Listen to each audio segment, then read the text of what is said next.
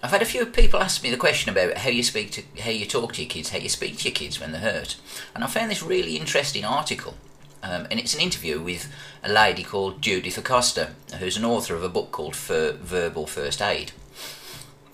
The guy who's interviewing her is called Mike Carruthers, and the interview goes a bit like this, as you can probably read on the screen. Kids get hurt, and how parents react when their kids get hurt is more important than you might realise. So, for instance, if a kid takes a bad fall, and the mother goes over to him and says, "Oh my God, my God, my God, are you okay? Oh my God, oh no, look at all that blood." In those circumstances, how do you think the child is going to respond to that? That's a sense of a freak out. And what does freaking out do?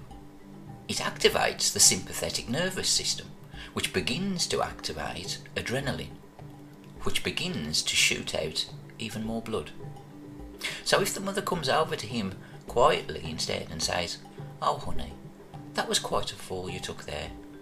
Oh, as I hold this, you can begin to stop the bleeding, because I know you're such a good healer," then everything changes. The focus is on something else. Kids and grown-ups too always take their cues from other people when they get hurt. If you notice, when a child falls, there's a split second where they're looking around. Either they're looking for their parent, or their aunt, or their grandfather, somebody.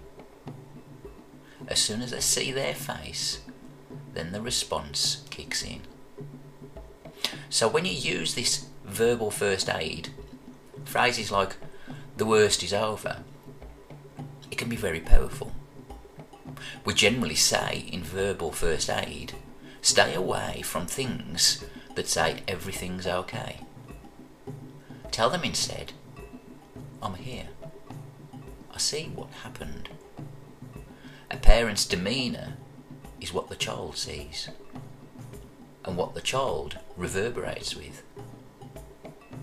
So consider, when you see your child in pain or in struggling, how your emotions inside yourself are triggered.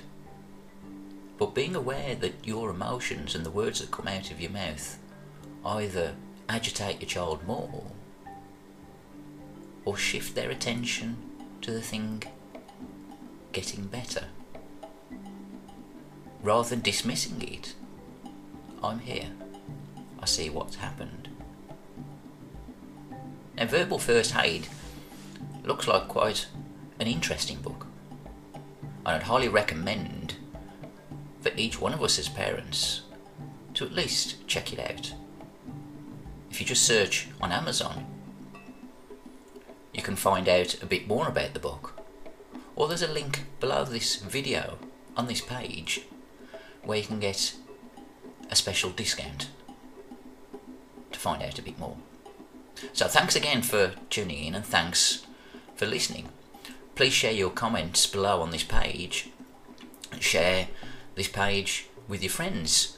See what they think. Use Facebook. Use Twitter. Thanks again. Speak to you soon.